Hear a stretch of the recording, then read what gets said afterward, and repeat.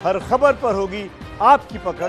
Download कीजिए ABP live app. और इसी मुद्दे पर बात करने के लिए हमारे साथ retired major general A K. Siwach साहब मौजूद हैं और एबीपी न्यूज संवाददाता नीरज राजपूत लेह में मौजूद हैं। उनसे बात करेंगे।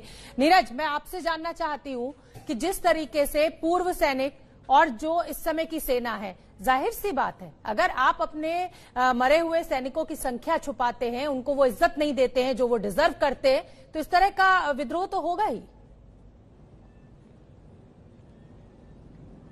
बिल्कुल शोभना, बिल्कुल ठीक बात कही आपने। और एबीपी न्यूज भी लगातार इस बात को दिखा रहा था कि चीन ने कभी भी अपनी जो कैजुअलिटीज हैं उनको एक्सेप्ट नहीं किया कि कितनी कैजुअलिटीज हुई। उन्होंने माना जरूर कि कैजुअलिटीज हुई हैं। और एक चीज मैं बता दूं, चीनी जो पीएलए सेना है, क्योंकि वहां पर जो जहां गलवान घाटी पे जो हिंसक संघर्ष हुआ था और जिसमें मौत हुई थी, उसमें यंग सोल्जर्स से, जो कम उम्र के सोल्जर्स से उनकी डेथ हुई थी।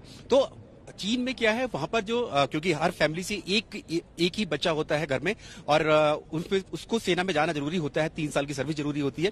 तो वहां पर एक बच्चे को लेकर बहुत ज्यादा वहां पर जो फैमिलीज हैं वहां पर वो बहुत ज्यादा कंजर्वेटिव्स हैं। उनको लगता है कि और बहुत लाड प्यार से पाला जाता है बच्चों को, और वो सेना में चले जाते हैं। और सेना में क्योंकि बहुत दिनों बाद चीनी सेना में कोई ऐसी हिंसक संघर्ष में मौत हुई है और उसके बारे में जानकारी ना देना, परिवार को ना देना, और परिवार को सिर्फ उनकी कुछ जो लास्ट जो उनकी अस्थियां थी उनको दे देना। जैसे हमने देखा था कि एक कलश टाइप एक बर्तन में लेकर जा रहे थे, तो वो उनके परिवार को उनके शव भी ना दिखाना, ये अपने आप में बहुत बड़ी चिंता की बात है। और जो कि इस वाशिंगटन पोस्ट की रिपोर्ट में भी सामने आया है। इस तरह के वीडियोस लगातार सामने आ रहे थे, हमने खुद देखे थे इन वीडियोस को, जिसमें परिवार वाले बहुत चिंतित थे कि क्यों नहीं जो सैनिक हैं उनका सम्मान के साथ उनका जो अंतिम संस्कार किया गया है, और क्यों नहीं उनके परिवार को इसमें शामिल किया गया है। क्योंकि किसी भी सैनिक के लिए सबसे जो महत्वपूर्ण होता है, क्योंकि सैनिक तो मानकर चलता है कि वो युद्ध की मैदान में जा रहा है तो शहीद होने के लिए, वीरगति प्राप्त करने के लिए जा रहा है, लेकिन जो उसका परिवार होता है कि उसका अंतिम संस्कार तो कम से कम इस तरह का हो कि उसको सम्मानजनक उसका अंतिम संस्कार हो, जिससे कि उसके परिवार,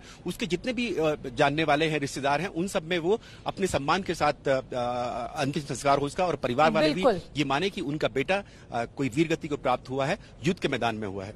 बिल्कुल।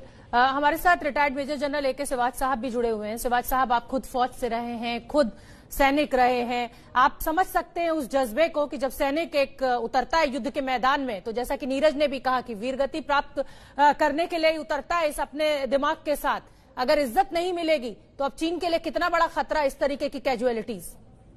बिल्कुल शोभना, इसमें कोई दो राय नहीं। और मैं वहीं पर चीफ ऑफ स्टाफ था 14 को लेह लद्दाख में 2011-12 में, तो मैंने बहुत करीब से सब कुछ देखा है। तो ये जो आपने बात बताई बहुत ठीक बताई। देखो, जो देश अपने शहीदों को एक प्रकार की रिस्पेक्ट नहीं देता, वो देश ज्यादा देर चलता नहीं है।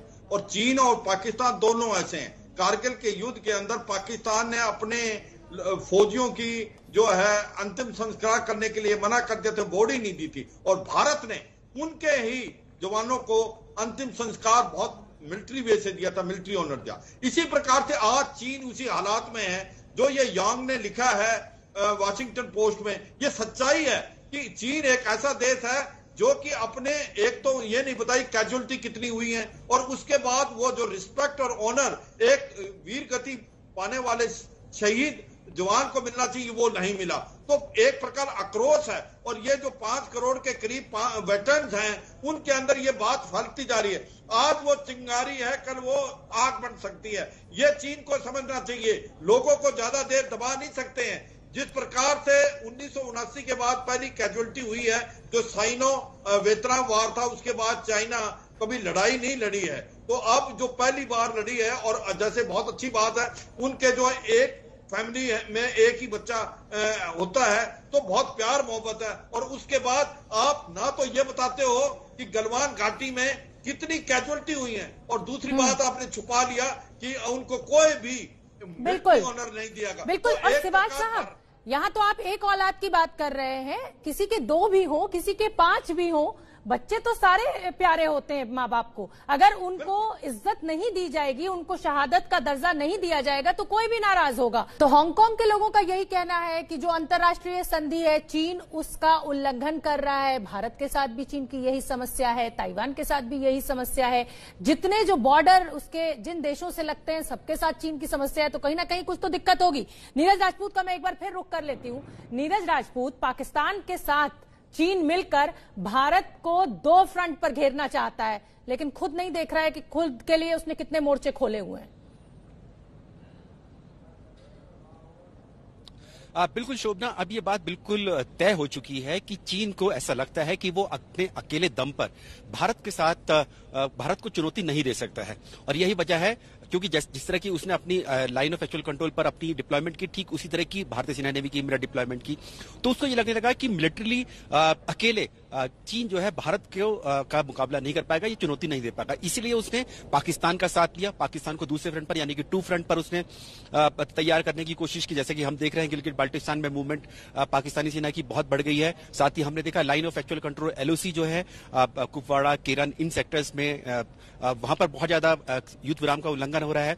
और तीसरा, अब एक चीज और शोभना देखना होगा कि नेपाल को भी उसी ने उकसाने की कोशिश की, यानी कि 3 फ्रंट पर चीन ने कोशिश की भारत की घेराबंदी करने की कोशिश की। लेकिन भारत ने बहुत ही अच्छे तरीके से रणनीति के तहत, चाहे वो चीन हो या फिर पाकिस्तान के साथ हो, क्योंकि पाकिस्तान का गिलगिट बाल्टिस्तान के ठीक सामने वाला इलाका जो है करगिल का इलाका है, जहां पर 1999 के युद्ध के बाद से भारत ने पूरी किलेबंदी कर रखी, तो वहां पर सेंध लगाना बहुत मुश्किल है। तो ऐसे में चीन के लिए ये बिल्कुल साफ बात है कि चीन को ऐसा लगता है और इसीलिए घेरने की कोशिश कर रहा है। लेकिन ये बात साफ है कि चीन के जितने भी मंसूबे हैं वो कामयाब नहीं हो पाएंगे। बिल्कुल नीरज, आप बने रहिए मेरे साथ retired major general AK Siwach साहब भी जुड़े हुए हैं। सिवाज साहब, जैसा कि मैं और नीरज जिक्र कर रहे हैं, अब हांगकांग के लिए जो आपने सुरक्षा कानून में जो तब्दीली की है, अंतर्राष्ट्रीय संधि को जो आपने तोड़ा है, तो चीन का ये जो रवैया है, ये जो गुंडागर्दी भरा हुआ रवैया है, कहीं ना कहीं अब उसको बदलना पड़ेगा, क्योंकि कोरोना के चलते पहले ही वैश्विक मंच पर घिरा हुआ है हर तरफ से। बिल्कुल ठीक बोल शोभना। देखो, 1 कंट्री 2 सिस्टम के तहत 1997 में हांगकांग दिया गया था चीन के पास, और अभी 23 साल हुए, 27 साल अभी बाकी हैं। ये नेशनल सिक्योरिटी लॉ लाया, एक ये ड्रकोनियन लॉ है, और इसके आगे सारा वर्ल्ड खड़ा हुआ है कि ये आप लोग एक लोगों को दबाने की चेष्टा कर रहे हो, आपने कोई भी राइट्स नहीं दे रहे हो हांगकांग में। जब आपने इसको इंग्लैंड से लिया था तो ये कह के लिया था 50 साल तक इसके ऊपर कोई पाबंदी नहीं होगी। तो एक प्रकार ये चीन की 2 नीति है, ये साफ दिखती है। और यही नहीं, आप देखो ताइवान के साथ चाइना क्या कर रहा है, आप देखो साउथ चाइना सी में वियतनाम, फिलीपीन, मलेशिया, सिंगापुर, उनके साथ क्या कर रहा है, और ईस्ट एशिया में कहीं ना कहीं जापान के साथ कहां कर रहा है, ऑस्ट्रेलिया के साथ साउथ पैसिफिक में जिस प्रकार से रिलेशन है, तिब्बत के अंदर क्या हालात है, सिंगजांग में क्या हालात है। तो सब जगह 18 जगह हैं जहां चीन ने अपने फ्रंट खोले हुए। चीन एक प्रकार से अकेला पड़ गया पूरे वर्ल्ड में, डिप्लोमेटिकली आइसोलेट हो गया, मगर मानने को तैयार नहीं। चीन का एक ही दोस्त है, वो है पाकिस्तान, जो उसको हर हालात में वो उसको मदद करने के लिए तैयार है। जैसे अभी बता रहे थे कि भाई जो गिलगिट बाल्टिस्तान में चीन को खुश करने के लिए पाकिस्तान ने 10,000 ट्रुप्स को डिप्लॉय कर दिया है, लाइन ऑफ कंट्रोल को एक्टिवेट कर दिया, और स्कार्दू का जो एयरफील्ड है जो गिलगिट बाल्टिस्तान में है, वो चीन को ऑपरेट करने के लिए दिया। जैसे आपको मालूम होगा कि चीन के जो एयरफील्ड है तिब्बत ऑटोनमस रीजन में, वो हाइट पे है, तो वो पेलोड नहीं ले जा सकते, इसलिए उन्होंने स्कार्दू ले लिया। तो एक प्रकार से ये इसकी जो आज की तारीख में चीन बिल्कुल अकेला पड़ गया है, और चीन के अंदर से आवाज आने लगी है। जिस प्रकार से वेटरन्स जो आप करने लगे हैं, मैंने पहले भी बताया था, एक चिंगारी है, ये आग बन जाएगी। चीन को समझना चाहिए लोगों को दबा नहीं सकते, और स्पेशली वेटरन्स को। जब आप अपने फौजियों की रिस्पेक्ट नहीं करते, उनको वीर गति होने पर उनको ये मान सम्मान नहीं दिया जाता, वो देश ज्यादा दिन चलता नहीं है। आप अपनी कैजुअलिटी छुपाते हो, आप उनको इस प्रकार से एक मिलिट्री ऑनर नहीं देते, तो ये टाइम दूर नहीं जब देश के टुकड़े होंगे। तो ये चीन को, शी जिनपिंग को समझना चाहिए कि वो आग के साथ खेल रहा है जिस प्रकार से वो कर रहा है, और आज की तारीख में उसने इतने फ्रंट खोले हुए हैं कि उसके साथ कोई नहीं खड़ा। और मैं तो ये कहता हूँ भारत को खुल के आना चाहिए, नेशनल सिक्योरिटी लॉ हांगकांग के अगेंस्ट बताना चाहिए कि ह्यूमन राइट वायलेशन। बिल्कुल सिवाज साहब, बहुत बड़ी जानकारी आपने भी दी और नीरज ने भी दी कि क्या चीन बगावत हो सकती है चीन में। इस पर हमारी चर्चा, बहुत बहुत धन्यवाद आप दोनों का ही। फिलहाल मैं यहां पर रुकूंगी एक बहुत छोटे से ब्रेक के लिए, फौरन लौट के आ रहे हैं और ब्रेक के पार बात करेंगे कि चीन की जुबान पर कुछ और मन में कुछ। और हम आपको बता दें कि बॉर्डर पर चीन बातचीत का ढोंग तो करता है, लेकिन बातचीत से समाधान उसका मकसद नहीं लग रहा है। बंद कमरे में कोर कमांडर्स की बैठक में चीन जो कहता है, बाहर निकलते ही उसके सुर बदल जाते हैं। भारत ने भी विश्वास बहाली के लिए चीन के सामने सैनिकों की संख्या कम करने की शर्त रख दी है। 30 जून 11 घंटे तक बातचीत, 22 जून 11 घंटे तक बातचीत, 6 जून पहले दौर का संवाद। 3 महीने से तनाव, 3 बार की बातचीत, लेकिन नतीजा 0। वजह चीन की ढाई चाल इसलिए कि हाँ करते चीन ने तीसरी बार गुलाटी मार दी। क्योंकि 6 जून और 22 जून को भी चीनी सेना ने इस बात के लिए सहमति बना ली थी डिसएंगेजमेंट के लिए, उसके बावजूद भी उसके सैनिक या सेना पीछे 1 इंच पीछे भी नहीं हटी है। मंगलवार को दोनों देशों के कमांडर के बीच तीसरी बार बैठक हुई और इस बैठक में भारत ने 2 टूक लहजे में जो कहा, उसकी बड़ी जानकारी एबीपी न्यूज संवाददाता नीरज राजपूत दे रहे हैं। जो भारतीय सेना है उसने साफ तौर से कहा चीनी प्रतिनिधिमंडल से कि जो गलवान घाटी है या फिर फिंगर एरिया के जो इलाके हैं जहां पर विवादित क्षेत्र हैं, जहां पर दोनों देशों के बीच में झड़प हो रही है या टकराव की स्थिति बनी हुई है, वहां पर उन सब इलाकों पर सबसे पहले जो सैनिक हैं, सेनाएं हैं, उनको पीछे हटना पड़ेगा। तभी जो है तनाव जो है दोनों देशों के बीच में लाइन ऑफ एक्चुअल कंट्रोल पर कम हो सकता है।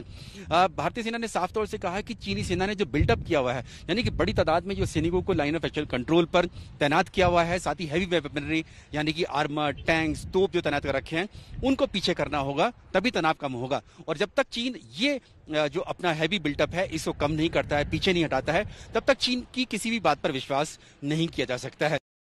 चीन के सैनिक झड़प वाली जगह से पीछे हटे। चीन सीमा पर सैनिकों की तैनाती कम करे। सैनिकों की तैनाती कम होने से ही विश्वास बहाली मुमकिन है। बॉर्डर के इलाके में अप्रैल से पहले की स्थिति बहाल हो। बैठक को लेकर चीन के विदेश मंत्रालय के प्रवक्ता ने कहा है, दोनों देश 2 बार की बातचीत में तय किए गए मुद्दों को अमल में लाने के लिए काम कर रहे हैं। तनाव कम करने और सैनिकों के पीछे हटने को लेकर उचित कदम उठाने की दिशा में कोशिश हो रही है।